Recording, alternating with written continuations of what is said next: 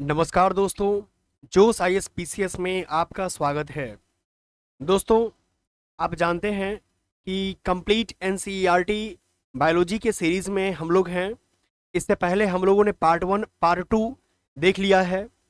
इस चैप्टर में जो कंप्लीट एनसीईआरटी बायोलॉजी के सीरीज में जो फर्स्ट इंपॉर्टेंट चैप्टर है, जो एग्जाम के दृष्टिकोण से सबसे ज़्यादा महत्वपूर्ण है, यहाँ से कई महत्वपूर्ण क्वेश्चन पूछे जाते हैं। इस चैप्टर का नाम है जैविक वर्गीकरण, यानी बायोलॉजिकल क्लासिफिकेशन।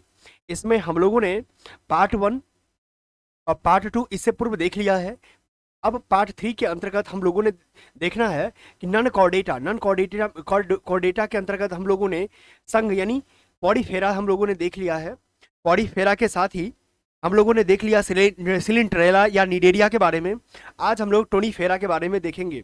टोनीफोरा क्या है, इससे संबंधित किस प्रकार के प्रश्न पूछे जाते हैं। फ्रेंड्स, यदि आप मेरे चैनल पे नए हैं तो चैनल को सब्सक्राइब कर लीजिए, बेल आइकन को ऑल बटन पे क्लिक कर लीजिए, साथ ही अपने दोस्तों को शेयर कर दीजिए।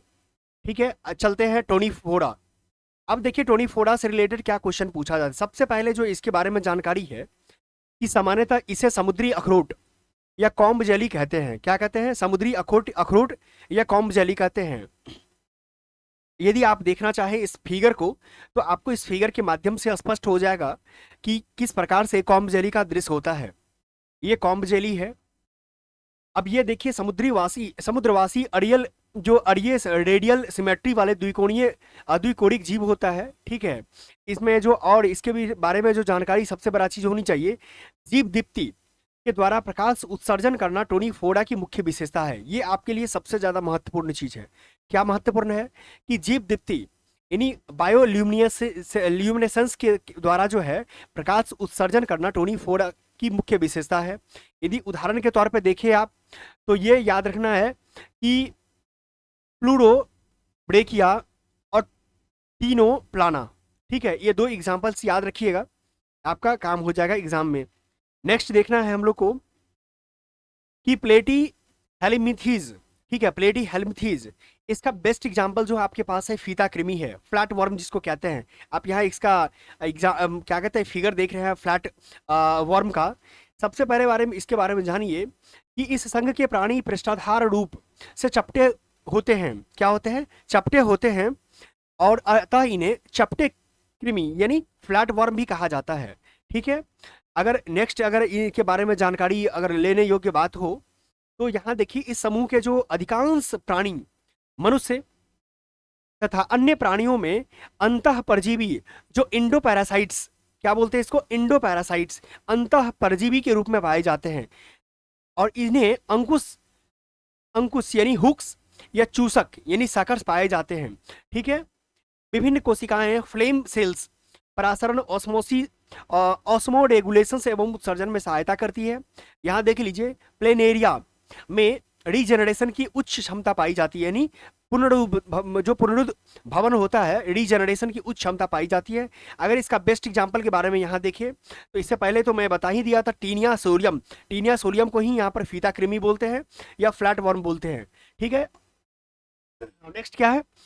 फेसियोला। क्या है? फेसियोला, लीवर फ्लूक बोलते हैं इसको। क्या बोलते हैं?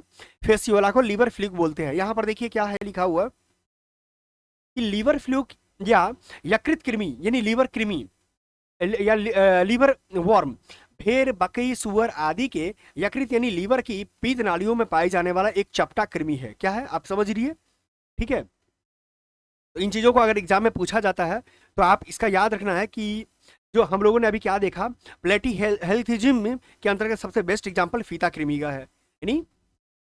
ठीक है, अब हम देखते हैं नीमेटोडा। अब नीमेटोडा के अंतर्गत देखते हैं कि क्या है। सबसे पहली बात, नीमेटोडा उसमें देखा था मैंने कि फीता कृमि था, इसमें देखिए गोल कृमि है यानी राउंड वर्म है। ये एग्जाम्पल के माध्यम से आप समझ सकते हैं। ये जो फिगर दिया हुआ है नीमेटोडा का एग्जाम, ये फिगर है। इन प्राणियों का शरीर जो होता है अनुप्रस्थ काट के गोलाकार होता है, अतः इसे गोल कृमि कहते हैं। क्या बोलते हैं इसके? गोल कृमि, राउंड वॉर्म बोलते हैं। यह जो है मुक्तजीवी, जलीय, स्थलीय अथवा पौधों तथा प्राणियों में परजीवी रूप में भी पाए जाते हैं, तो ये ध्यान रखना है। ठीक है, अगर इसके बारे में और हमको जो जानकारी लेना है कि आहार नाल पूर्ण होता है। क्या होता है इसका आहार नाल? जो डक कैनाल जो होता है पूर्ण होता है, एवं उत्सर्जन नाल जो होता है शरीर से अपशिष्ट पदार्थों को उत्सर्जन रंध्र द्वारा बाहर निकालता है। ठीक है। अब देखिए, जो सबसे बड़ी चीज है जो आपके एग्जाम के लिए ज्यादा महत्वपूर्ण है, इसको वीवीआई मार के रखना है। सामान्यतः इन्हें बीमारी फैलाने वाले परजीवी कृमि यानी पैरासाइटिक वर्म्स के रूप में जाना जाता है। हाथी पांव, इन्हीं आपने देखा भी होगा, फाइलेरिया को हाथी पांव के नाम से जाना जाता है। ठीक है। ये हाथी पांव, इसको हम लोग क्या बोलते हैं, इलिफेंटाइसिस बोलते हैं। इलिफेंटाइसिस बोलते हैं कि वाहक फाइलेरिया कृमि एवं आंत में पाए जाने वाले यानी इंटेस्टाइन में पाए जाने वाले गोल कृमि तथा पीन कृमि यानी राउंड वॉर्म या पिन वॉर्म, यही आप जानते हैं मनुष्य के अंदर जो खासकर इंटेस्टाइन में पाए जाने वाला जो चीज होता है, यही इसका एग्जाम्पल है, यानी राउंड कृमि, राउंड वॉर्म। ठीक है, गोल कृमि जिसको बोलते हैं। यहाँ देख लीजिए, अक्सर मादा नर से लंबी होती है। क्या होता है, अक्सर मादा यानी फीमेल जो होता है मेल से क्या होता है, लंबी होती है। अगर इसका एग्जाम्पल देखें तो और आपको क्लियर हो जाएगा। ये इसका वीवीआई एग्जाम्पल। ये दोस्तों एग्जाम में दरअसल एग्जाम्पल में ज़्यादा पूछा जाता है, यानी एग्जाम में एग्जाम्पल ज़्यादा पूछा जाता है, उदाहरण ज़्यादा पूछा जाता है। गोल कृमि हो गया, यहाँ पिन कृमि हो गया, फाइलेरिया कृमि है, बुचेरिया जिसको बोलते हैं, हुक वर्म हो गया या अंकुश वर्म हो गया। ठीक है, इसको ध्यान रखना। अब देखते हैं नेक्स्ट, एनालीडा। क्या देखना है, एनालीडा। एनालीडा का ही सबसे बड़ा एग्जाम्पल है केचुआ। आप इसको देख करके ही पहचान गए होंगे, यही है केचुआ। ठीक है। इस संघ के प्राणी जलीय यानी समुद्री एवं ताजे जल अथवा स्थलीय स्वतंत्र जीवी एवं कभी कभी परजीवी होते हैं। अगर आप इसको देखिए, इसके बारे में तो हम लोगों ने देख लिया कि जलीय होता है, स्थलीय और स्वतंत्र परजीवी होता है। ठीक है। और हम इसके बारे में बता रहे हैं कि इसके माध्यम से और आपका क्लियर हो जाएगा कॉन्सेप्ट कि सर इसके बारे में क्या जरूरी है मेरे लिए जानकारी। इसके शरीर का जो सतह होता है स्पष्टतः खंड अथवा विखंडों में बटी होती है, इसीलिए संघ को एनालेडा बोलते हैं। क्या बोलते हैं, एनालेडा बोलते हैं, यानी खंडों में जो फ्रेगमेंटेशन की जो बात करते हैं, सेगमेंटेशन का, यही सेगमेंटेशन के लिए जाना जाता है। नेक्स्ट है कि नेरिस में नर और मादा अलग होते हैं, परंतु केचुए तथा जोक में नर और मादा पृथक नहीं होते। क्या मैंने बोला कि नेरिस में नर और मादा अलग होते हैं, परंतु केचुए और जोक में जो होता है नर और मादा पृथक नहीं होते हैं। उदाहरण के तौर पे यदि आपको नोट डाउन करना है तो नेरिस, फेरेटिमा जिसको केचुआ बोलते हैं, और रक्त चूसक जोक, आपको याद ही होगा कि पानी में रहने वाला जोक जो है क्या करता है, जब आप पानी में जाते हैं तो वहां पर आपके शरीर में स्किन के माध्यम से क्या होता है, वहां पर चिपक जाता है और रक्त को क्या करता रहता है, ब्लड को चूसते रहता है। ठीक है, तो ये भी एनालीडा का ही एग्जाम्पल है। नेक्स्ट यदि देखिए ऑर्थोपोडा, ये सबसे बेस्ट आपके लिए पढ़ने के लिए जरूरी है, इसको मैं वीवीआई मार के चलूंगा क्योंकि सबसे ज्यादा महत्वपूर्ण क्वेश्चन यहीं से पूछा जाएगा। ये प्राणी जगत यानी एनिमल किंगडम का सबसे बड़ा संघ है। क्या, सबसे बड़ा फाइलम है। ये भी याद रखिए, पृथ्वी पर लगभग 2/3 जाति ऑर्थोपोडा का ही है। क्या मैंने बोला कि पृथ्वी पर लगभग 2/3 जो जाति है ऑर्थोपोडा का ही आता है। ठीक है। अगर नेक्स्ट इसके बारे में जानकारी योग्य बात जो है, इसमें खुला परिसंचरण तंत्र होता है यानी ओपन। यहाँ देखिए रक्त वाहिकाएं क्या होता है, अनुपस्थित होता है, यानी ओपन जो होता है परिसंचरण तंत्र होता है। ठीक है, अब पाया जाता है। यहाँ देख लीजिए, स्पष्ट देख लिया कि ऑर्थोपोडा का खुला परिसंचरण तंत्र होता है। रुधिर जो होता है वाहिकाओं में नहीं रह बहता, बल्कि देहगुहा की रक्त से भरी होती है। रक्त जो होता है उसका ब्लड जो होता है रंगहीन होता है। क्या होता है, रंगहीन होता है। रक्त में हीमोग्लोबिन की अनुपस्थिति के कारण यह हीमोलिम्फ कहलाता है। क्या कहलाता है, हीमोलिम्फ। आप देखेंगे जितने भी खास करके ऑर्थोपोडा का मैं एग्जांपल आपको दिखाऊंगा कि जितने भी ऑर्थोपोडा का आपको एग्जांपल दिखेगा, इसमें खासतौर पे हीमोग्लोबिन की अनुपस्थिति होती है, और इस हीमोग्लोबिन की अनुपस्थिति के कारण इसको क्या कहा जाता है, हीमोलिम्फ कहा जाता है। क्या कहता है, हीमोलिम्फ कहा जाता है। इनका शरीर जो होता है बाह्य कंकाल यानी काइटिन से निर्मित से ढका रहता है। ठीक है।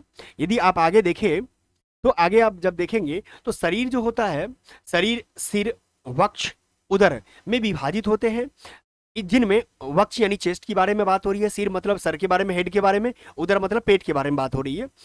इनमें संधि युक्त पाद जोनी जॉइंट लेग्स पाया जाता है, जिसको झींगा, आप झींगा का नाम सुने होंगे, जो पानी में रहता है। ठीक है, एक प्रकार का मछली के रूप में उसको सेवन करते हैं, और देखिए होंगे नए पैटर्न पे झींगा को जो है सो मॉल में उसको जो है सो ड्राई करके जो है बेचा भी जाता है। ठीक है, यहाँ पर 19 जोड़े पाद होते हैं, उसका पैद मतलब पैर होते हैं, लेग्स होते हैं। यदि संवेदी अंग की बात करें, संवेदी अंग यानी कॉन्शसनेस जो पार्ट होता है इसमें, एंटीना, नेत्र, सामान्य और संयुक्त एस्ट्रोटिस्ट और संयुक्त संतुलन अंग आदि पाए जाते हैं। नर और मादा क्या होता है, पृथक होते हैं इसके अर्थोपोडा के। ये अधिकांशतः अंडे देने वाले होते हैं। क्या होते हैं, अधिकांशतः अंडे देने वाले होते हैं, ये भी ध्यान रखना है। मकड़ी, यदि एग्जाम्पल मकड़ी का आप ले तो मकड़ी में क्या होता है कि मकड़ी जो होता है, ये देखिए सिल्क बुनने वाला अंग की मदद से जाला बुनती रहती है। आप देखे होंगे कि घरों में खास करके या जहाँ पर लोगों का आवाजाही कम हो जाता है, वहाँ पर क्या होता है कि मकड़ी अपना जाल बुनने लगता है, ठीक है, नेट बनाने लगता है। तो यही होता है यहाँ पर मकड़ी। नेक्स्ट तिलचट्टा, हृदय 13 चंबर में बना होता है। कभी अगर आपसे एग्जाम में पल में पूछा जाए, क्योंकि आप कई बार देखे होंगे एग्जाम में पूछा जाता है कि इसका जो हार्ट है यानी हृदय है कितने चंबर में बटा होता है, तो आपको याद रख लेना है कि तिलचट्टा जो होता है उसका हृदय 13 चंबर में बना होता है। इसमें और अगर आप देखिए तो सेंसोरी हेयर होते हैं, हेयर द्वारा अल्ट्रासोनिक साउंड प्राप्त करता है ये तिलचट्टा। उसके बाद सिल्वर फिश या जिसको रजत मीनाब भी बोलते हैं, यानी मछली सिल्वर फिश के बारे में, ये पंखहीन कीट होता है। क्या होता है, पंखहीन कीट होता है ये जिसमें लगा हुआ है फिश, देखिए फिश लगा है, लोग समझेगा क्या मछली है, स्टूडेंट समझेंगे, लेकिन यहाँ पर क्या है, ये कीट का एग्जाम्पल है, यानी ये ओरिजिनल फिश नहीं है। अब देखेंगे जोक, मच्छर, खटमल में क्या होता है, जो एंटीकोगुलेंट यानी प्रतिस्कंदन पाए जाते हैं, परंतु वह बर्रे में नहीं पाया जाता। क्या होता है, ये बर्रे में नहीं पाए जाते। ये बहुत वीवीआई एग्जाम्पल है। जोक, मच्छर, खटमल जो क्या होता है, एंटीकोगुलेंट का एग्जाम्पल है, ठीक है, एंटीकोगुलेंट का एग्जाम्पल है, ध्यान रखना है इन चीजों को। अब देखिए, अब ये अगर कभी पूछा जाए आपसे कि पेरीपेटस, पेरीपेटस क्या है, तो पेरीपेटस ये एक प्रकार का लिविंग फॉसिल्स अकशेरुकी है। ये क्या है, लिविंग फॉसिल्स है। ये लिविंग फॉसिल्स है। ये इसका काम क्या होता है, ये किस वर्ग से संबंधित है, ये ओनिको ओनिकोफोरा वर्ग से संबंधित है। यह एनालिडा एवं ऑर्थोपोडा को जोड़ने वाले लिंक के रूप में जाना। फ्रेंड्स, आप कहेंगे कि सर इतना डेप्थ में जाकर के क्यों पढ़ाया जा रहा है, तो मैं आपको एक ही बात कहूंगा कि आप हाल के बदले हुए पैटर्न में देखेंगे कि साइंस की जहां पर बहुत ज़्यादा महत्वपूर्ण भूमिका हो रही है, वहां पर इतने डेप्थ जाकर के क्वेश्चन बना रहा है, कमीशन बना रहा है। तो वहां पर अगर डेप्थनेस अगर आपकी स्टडी नहीं है, खासकर बायोलॉजी का, फिजिक्स का या केमिस्ट्री का, तो निश्चित रूप से आपका क्या होगा, एग्जाम में क्वेश्चन गलती हो जाएगा। इसी कारण से आप मेरे साथ क्या कर सकते हैं, कंप्लीट एनसीईआरटी का जो सीरीज में करवा रहा हूँ साइंस का, इसमें फिजिक्स है, केमिस्ट्री है, बायोलॉजी करवा रहा हूँ, तो मेरे साथ आप जुड़ के कर सकते हैं। इससे पहले हम लोगों ने क्या देख लिया है, फिजिक्स का कंप्लीट कर लिया है। तो आप फिजिक्स यदि नहीं किए हुए हैं तो फिजिक्स आप बहुत आसान भाषा में आप देख सकते हैं मेरे चैनल पे। प्लेलिस्ट में जाएंगे तो एक जगह आपको कलेक्टेड मिल जाएगा। नेक्स्ट यहाँ देखिए, जो हॉर्ससू क्रैब है या जिसको लीमुलस बोलते हैं, एक समुद्री ऑर्थोपोडा है जो एक केकड़ा यानी क्रेस्टेशियन न हो करके मकड़ी के वर्ग से ज्यादा करीब माना जाता है। ये एक लिविंग फॉसिल्स है, यानी लिविंग फॉसिल्स का आपने दो एग्जांपल देखा, एक देखा पेरिपेटिस, एक देखा हॉर्ससू क्रैब। अब हम देखते हैं कि जुड़े हुए पैरों के आधार पर ऑर्थोपोडा के निम्नलिखित वर्गों में बांटा जाने की प्रक्रिया, यानी क्या कि अगर हमको बांटने का प्रक्रिया दे कि कितने प्रकार का जो है सो प्रकार है इसका, खासकर ऑर्थोपोडा जगत का, यानी सबसे बड़ा जगत ऑर्थोपोडा जगत का, तो मैं आपको बहुत अच्छे तरीके से आवाज के यानी इसका तरीका बताएं तो क्रेटेशियन हो गया, मेरियोपोडा हो गया, एरेकिडना एरेकिडना हो गया, इंसेक्टा हो गया, यानी कीट वर्ग, सारे चीजों का मैं क्या करूंगा, आपको एक एक चीज विथ एग्जांपल्स, आप देख रहे होंगे एग्जांपल के माध्यम से मैं आपको बता सकता हूं, ठीक है। तो 1 मिनट का मैं आपका समय लेना चाहूंगा फ्रेंड्स, कि जोश आईएएस पीसीएस के द्वारा जो है तो 69th बीपीएससी के लिए यानी पीटी मेंस इंटरव्यू के लिए मेंटरशिप गाइडेंस प्रोग्राम चालू की गई है। ये जिसमें फाउंडेशन से लेकर के सिलेक्शन तक की जो प्रक्रिया है, उसके जितने चरण है उस चरण में आपके साथ मैं पार्टिसिपेट करूंगा। आप यदि मेंटरशिप प्रोग्राम से जुड़ना चाहते हैं तो 8999613339 नंबर पे व्हाट्सएप मैसेज करके या कॉल करके जानकारी कलेक्ट कर सकते हैं। ये मेरा बैच कंटिन्यू चालू है, ठीक है। आप यदि कहें कि सर मेंटोरशिप में क्या क्या फैसिलिटियां दी जाएगी, तो मैं आपको बता देता हूं कि ये आपको मेंटोरिंग किया जाएगा, स्टूडेंट को 1-to-1 गाइडेंस प्रोग्राम दिया जाएगा, यानी एक एक स्टूडेंट्स की इंडिविजुअल जो प्रॉब्लम रहेगा उस पर टैकल किया जाएगा, उस पर बातचीत किया जाएगा कि आपका सिलेक्शन यानी प्रीलिम्स में, मेंस में, इंटरव्यू में कैसे होगा। पीवाईक्यू का डिटेल एनालिसिस किया जाएगा option wise, next, per day homework assignment दिया जाएगा आपको, और उसमें टाइम दिया जाएगा असाइनमेंट को कंप्लीट करने के लिए। डेली बेसिस पे आपका रेगुलर रिव्यू किया जाएगा और इवनिंग टाइम में आपका डॉट सेशन क्लियर किया जाएगा। Topic wise, subject wise full length test आपका एनालिसिस किया जाएगा। वैल्यू एडिशन मटेरियल आपको प्रोवाइड करवाया जाएगा यदि आपकी कमी है तो। एग्जाम में कैसे आप प्रीलिम्स के क्वेश्चन को टैकल करेंगे, इन सारी चीज़ों के बारे में जिक्र किया जाएगा। Next, basic to advance mind map आपको डेवलप करवाया जाएगा कि कोई भी प्रश्न को कैसे एलिमिनेशन मेथड से, ट्रिक्स टेक्निक के मेथड से आप टैकल करेंगे एग्जामिनेशन हॉल में। ठीक है, साथ ही मैनी मोड। फ्रेंड्स, यदि आप मेरे मेंटोरशिप प्रोग्राम से ज्वाइन करना चाहते हैं तो फर्स्ट 50 स्टूडेंट्स के लिए मात्र 999 में बैच अभी प्रारंभ हुई है, आप ज्वाइन ले सकते हैं बहुत जल्द। बैच कंटिन्यू चालू भी है। यदि आप डेमो लेना चाहते हैं, डेमो भी ले सकते हैं। तो आप मेरे 999 पे आप मेरे साथ जुड़ सकते हैं। तो आप जो नंबर दिया गया था उस नंबर पे आप कॉल करके या मैसेज करके। चलते हैं फ्रेंड्स अपने क्लास की ओर, अपने सिलेबस की ओर। तो मैंने बात किया था कि जुड़े हुए पैरों के आधार पर, यानी लेग्स के आधार पे। अब देखिए यहाँ पे आवास, तो आवास को यदि देखें तो यहाँ पर देखिए कि क्रेस्टेशियन के स्तर पे देखिएगा तो इसका जलीय होता है। मैरियापोडा क्या होता है? स्थलीय होता है। एरेक्डिना क्या होता है? स्थलीय होता है। और इंसेक्ट क्या होता है? सामान्यतः स्थलीय और दुर्लभ रूप से जलीय होता है। ठीक है, अगर पैर के स्तर पर देखें तो क्रेस्टेशियन 5 जोड़े का पैर होता है, ये कई जोड़े पैर होते हैं इसका। इन तरीकों से आप याद कर लेंगे फ्रेंड्स, ज़्यादा सही रहेगा। 4 जोड़े पैर है, यहाँ 3 जोड़े पैर है। यहाँ श्वसन की बात किया जाए तो जितने भी क्रेस्टेशियन है ऑर्थोपोडा में, ये गील द्वारा श्वसन लेता है, यानी गिल्स के माध्यम से, ये ट्रैकिया के माध्यम से, और ये ट्रैकिया या बुकलंग के माध्यम से एरेक्टिना लेता है सांस। ठीक है, और ये इंसेक्ट जो जितने भी है ट्रैकिया के माध्यम से लेता है। ठीक है, यदि इसका एग्जाम्पल उदाहरण देखें आप तो सारा चीज़ का एग्जाम्पल आपको मैं यहाँ दिखा दूंगा। ये देखिए झींगा हो गया, ठीक है, क्रैफिश हो गया, केकड़ा हो गया, क्रैब यहाँ पर एग्जाम्पल देख रहे क्रैफिश का। अगर इसके अंतर्गत देखें मिलीपीड हो गया, सेंटीपीड हो गया, कनखजूरा जिसको बोलते हैं, इसको कनखजूरा बोला जाता है। आपके यदा कदा घर आंगन में जो है देखने को मिल जाता होगा सेंटीपीड जिसको कनखजूरा बोलते हैं। नेक्स्ट यहाँ पर देखिए अरेक्टिना में मकड़ी हो गया, बिच्छू हो गया, घून या कुटकी हो गया जिसको माइट बोलते हैं, जो यूपीएससी में भी पूछा गया था, माइट से रिलेटेड ये यूपीएससी में भी पूछा गया था।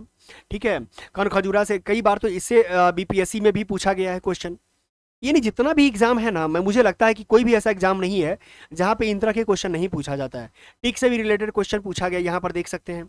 यहाँ अगर आप देखें कीट में तो तितली हो गया, मात है, घरेलू मक्खी है, टिड्डा है, ये दीमक जिसके बारे में बात हो रही है, टर्माइट जिसको बोलते हैं, जुएं हैं, जू बालों में जू रहते हैं, तिलचट्टा हो गया, दीमक हो गया, खटमल हो गया। इन सारी चीज़ों के बारे में आप लोगों ने विद एग्जाम्पल्स देखने की कोशिश किया। ये सारे एग्जाम्पल्स किसका है? ऑर्थोपोडा जगत का है। किसका है? ऑर्थोपोडा जगत का है। चलिए हम आपको बता रहे हैं कि आर्थिक रूप से महत्वपूर्ण कीट कौन कौन सा है। यानी आपको कोई ऐसे कीट भी होते हैं जिसके माध्यम से आप अपनी इकोनॉमिक स्टेबिलिटी को भी बढ़ा सकते हैं। जैसे देखिए इंसेक्ट के रूप में एपिस जिसको मधुमक्खी बोलते हैं। आप मधुमक्खी से पता है कि मधुमक्खी के माध्यम से आप कई सारे चीज़ों का जो शहद उत्पादन में भी सहायता मिलती है। एक रेशम कीट है जिसको बोलते हैं बॉम्बिक्स बोलते हैं। एक होता है लाख कीट होता है, जो लाख इन्हीं पेड़ों के पर जो है लाख कीट होता है। आपने सुना भी होगा कि लाख प्राप्त किया जाता है, तो ये लसीफर कीट का नाम है। ये सब क्या है? आर्थिक रूप से महत्वपूर्ण कीट है। यदि रोगवाहक कीट की बात करें कि जो बीमारी फैलाने में काम आता है, काम करता है, तो यहाँ देखिए घरेलू मक्खी जिसको टाइफाइड, हैजा, कॉलेरा, डायरिया, इन सभी बीमारी में घरेलू मक्खी जो है सब रोग बीमारी फैलाता है। रैट फिली की बात करें तो ब्यूबोनिक प्लेग फैलाता है। सैंड फ्लाई कई बार आपसे एग्जाम में पूछा गया, कालाजार बीमारी को फैलाने में किस कीटों का भूमिका है? तो सैंड फ्लाई का भूमिका है। सीसी कीट है तो सीसी कीट अफ्रीकन स्लीपिंग सिकनेस जो हो जाता है बीमारी, उसमें ये भी कीट का काम है। मच्छर अगर आप देखें मच्छर के रूप में तो मलेरिया हो गया जिसको एनाफिलीज मच्छर होता है, डेंगू है, चिकनगुनिया है, जापानी इंसेफ्लाइटिस है, पीला ज्वर है जिसको एडीज मच्छर बोलते हैं, या फेलाडेसिस बोलते हैं क्यूलेक्स मच्छर को। तो इतने सारे आप देख रहे हैं कि मच्छर का नाम आपको दिखा है और बीमारी भी दिखा है। एक बेड बग है, बेड बग टाइफस बुखार होता है। इस बुखारों को या जितने भी बीमारी आपने लिस्ट देखा, सारे बीमारी को इन मक्खियों के माध्यम से याद कर लीजिए, आपके कहीं भी एग्जाम में पूछा जा सकता है। अब आता है मोलस्का। अब हम देखते हैं मोलस्का। ये मोलस्का जो है ये जंतु जगत का दूसरा सबसे बड़ा क्या है?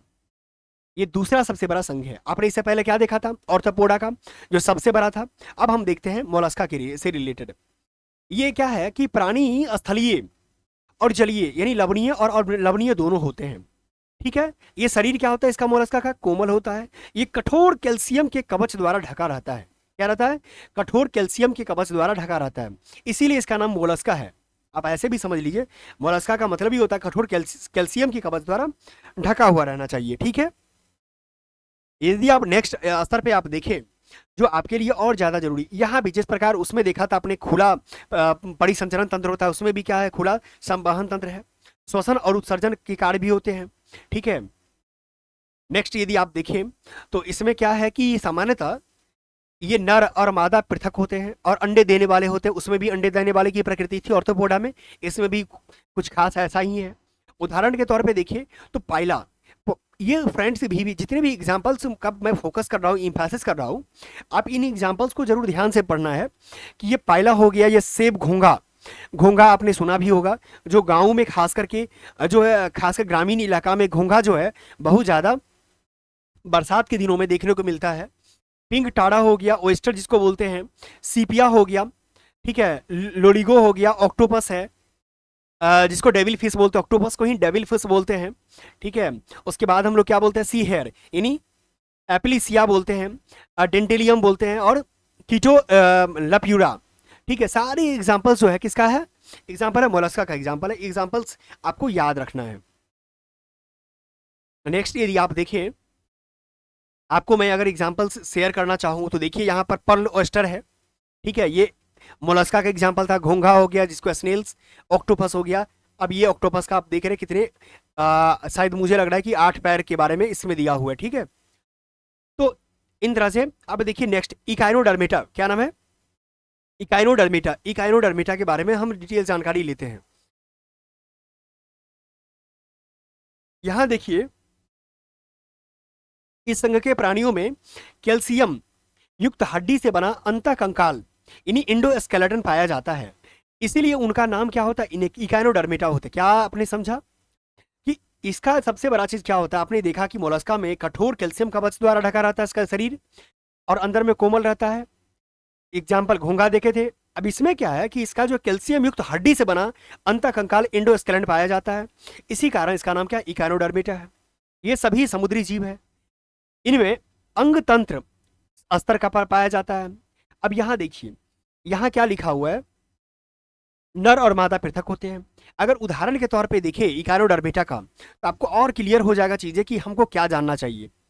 यहां देखिए तारा मछली यानी स्टारफिश, यानी स्टारफिश, ये देखिए स्टारफिश इसी प्रकार का स्टारफिश होता है। फ्रेंड्स इसीलिए मैंने इस बुक को सिलेक्ट किया कि यहाँ पर पिक्चर के माध्यम से दिखाया जाता है, जो आपको लंबे समय तक वो चीज़ों का याद रहेगा, क्योंकि आप पढ़ेंगे भूल जाएंगे, लेकिन पिक्चर आप देखे रहेंगे तो आपको दिमाग में रहेगा। स्टारफिश, अब देखिए ओयूफोड़ा, ओफियोड़ा, भंगूर, ताराफिश, इसको ब्रिटल स्टार बोलते हैं। ठीक है। उसके बाद सी अर्चिन यानी सी अर्चिन, समुद्री अर्चिन। यहाँ देखिए समुद्री ककुम्बर, समुद्र, ये समुद्री कर्किट या होलोथूरिया। यहाँ एंटीडोन या फेदर स्टार या समुद्री लिली या सी अर्चिन। देखिए यहाँ पर इस तरीके से लग रहा है कि जैसे पटाखा को छोड़ा गया है। ठीक है। आकाश में जैसे पटाखा छोड़ा जाता है उस तरीके से कलरफुल यहाँ दिखाया गया है। ठीक है। तो इन चीज़ों को एक बार ध्यान देना है, याद रख लेना है। अब आता है हेमिकॉर्डेटा। इकाइनोडर्मेटा के बाद हम देखते हैं हेमिकॉर्डेटा। हेमिकॉर्डेटा में क्या है, इससे पहले कॉर्डेटा संघ के जितने भी कॉर्डेटा संघ के अंतर्गत उप शाखा में रखा गया था, परंतु अब इसे एक अलग संघ के अंतर्गत नॉन कॉर्डेटा में डाल दिया गया है। ये समुद्री जीव है। क्या है, समुद्री जीव है जो कृमि के समान होते हैं, होमिकॉर्डेटा। अब हम आपको एक एक चीज बता रहे हैं।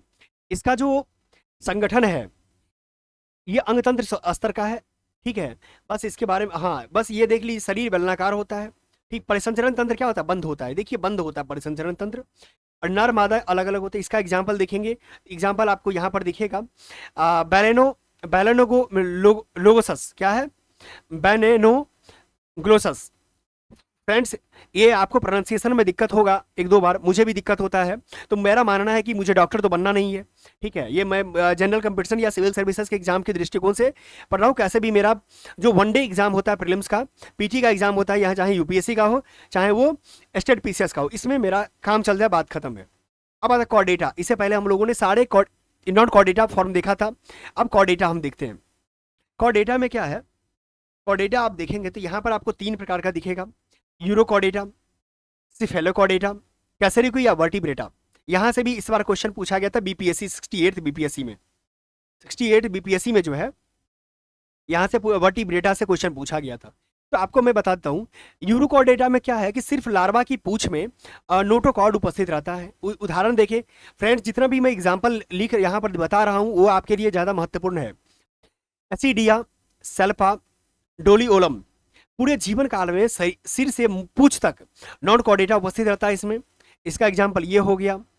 अगर वर्टिब्रेटा का एग्जाम्पल देखिए तो सिर्फ भ्रूण अवस्था है यानी इम्ब्रॉइक पीरियड के समय नोटोकॉर्ड उपस्थित रहता है। वयस्क होने पर यह नोटोकॉर्ड एक अस्थिल या उपस्थिल मेरुदंड यानी वर्टिब्रल कॉलम में परिवर्तित हो जाता है, जिसे बैकबोन कहा जाता है। क्या होता है? बैकबोन कहते हैं। यानी पीछे अगर आप किसी मछली को देखें, फिश को देखेंगे, तो उसके क्या रहता है कि एक लंबी सी उसका बैकबोन बना रहता है, जिसमें उसका कई सारा क्या होता है, जो कांटे की भांति एक स्केलेटन की भांति बना रहता है। ठीक है, अब देखना है मुझे ये खासतौर पे यूरोकॉर्डेटा और सिफेलोकॉर्डेटा क्या है, ये समुद्री, मुख्यतः समुद्री होते हैं। ठीक है, और इन सभी प्रकार के कैसेरुकी रुजुकी जो होती है, यहाँ आप बहुत अच्छे तरीके से विद ग्राफ समझ लेंगे, जिससे आपका आसानी होगा समझने में। यहाँ देखिए ये वर्टिब्रेटा के बारे में दिया हुआ है। वर्टिब्रेटा एक जबरा का अभाव है। यहाँ पे क्या है? जबरा का अभाव है, यानी इसको क्या बोलते हैं? एग्नेथा बोलते हैं। और यहाँ पर क्या लिखा हुआ है? यहाँ पे लिखा हुआ जबरे जहाँ उपस्थित होती है। ठीक है, यहाँ पे इसको बोलते हैं ग्नेथोस्टोमाटा। ठीक है, यहाँ देख लीजिए ये एग्जाम्पल लिखा हुआ है, बहुत क्लियर तरीके से आप समझ लेंगे। यहाँ पर ये एग्जाम्पल है जिसको बोलते हैं पेट्रोमाइनोजॉन, पेट्रोमाइनोजॉन बोलते हैं यहाँ पे। ठीक है, मिस्किन यानी हैग फिश बोलते हैं। ये सारे हैग फिश का एग्जाम्पल है इसका। अगर आप जबड़े वाले में देखें तो यहाँ मत्स्य हो गया, मछली हो गया, या पीसेज बोलते हैं, पंख उपस्थित रहता है इसमें। वर्ग की बात करें तो ये सब इसमें आपको मत्स्य मछली हो गया, टेट्रापोडा हो गया, या टेट्रापोड जिसको चतुष्पाद बोलते हैं, जिसमें एम्फीबिया प्राणी आ गया, उभयचर। रेप्टिलिया आ गया, सरीसृप जिसमें सर्प आता है। डैबीज कछुए आते हैं। डैबीज हो गया। मेमेलिया स्तन वाली जो स्तनी वर्ग होता है मेमेलिया, वो भी आता है। एबीज मतलब पक्षी भी, ये सारे आ जाते हैं। ठीक है, तो इन चीज़ों के माध्यम से आपने क्या किया, देखने की कोशिश किया। अब हम चलते हैं और आपको बता रहे हैं फ्रेंड्स, इनको याद रखना है कि कैसे भी करके एग्जाम तक जो है सही सलामत आप रिवीजन, अगर आप एक बार वीडियो देखेंगे, हो सकता है कि क्लास आपको समझ नहीं आएगा, लेकिन आप बार बार देखेंगे, एक बार नहीं होता दोबारा आप देख लेंगे, डाउनलोड करके रख लेंगे, जिससे क्या होगा आपका अगेन का बार एक याद होगा आपको कि एक रसरी आवत जात पे स्लीपर परत निशान वाली आपको कहानी याद होगी। ठीक है, तो चीज़ें बार बार करने से क्या होता है, लंबे समय तक याद रहता है। नेक्स्ट यहाँ देखिए मत्स्य वर्ग। ठीक है, क्या है ये? मत्स्य वर्ग है। मत्स्य वर्ग से भी रिलेटेड जानकारियां जो है हम यहाँ पर कलेक्ट कर लेते हैं, जिससे क्या होगा मेरा और बहुत सारी क्लियर हो जाएगी। यहाँ देखिए फ्रेंड्स, ऐसा करते हैं कि ये जो मेरा मत्स्य वर्ग है, कॉर्डिकथींस, इसमें मछली में कई प्रकार है, ऑस्कीड है। इसमें डिटेल्स जानकारी आपको जरूरी है, क्योंकि अगर आप मैं ऐसे अगर भाग जाऊं तो सही नहीं रहेगा। ठीक है, तो ऐसा करते हैं कि नेक्स्ट पार्ट में आप जरूर देखें। ठीक है, आगे इसका जो मत्स्य वर्ग होगा, जो इससे पहले हम लोगों ने देखा है, तो मत्स्य वर्ग जो है पीसेस के बारे में हम लोग नेक्स्ट पार्ट में देखेंगे। तो इस पार्ट में हम लोग यहीं तक रहते हैं। नेक्स्ट पार्ट जरूर देखिए, अपने दोस्तों के साथ भी शेयर कीजिए कि कंप्लीट एनसीईआरटी का जो बेसिस पे कितने बेहतरीन तरीका से मैं आपके साथ शेयर कर रहा हूँ, चीज़ें बहुत आसान तरीका से, और आप देखें और अपनी एग्जाम में सफलता पाएं। धन्यवाद।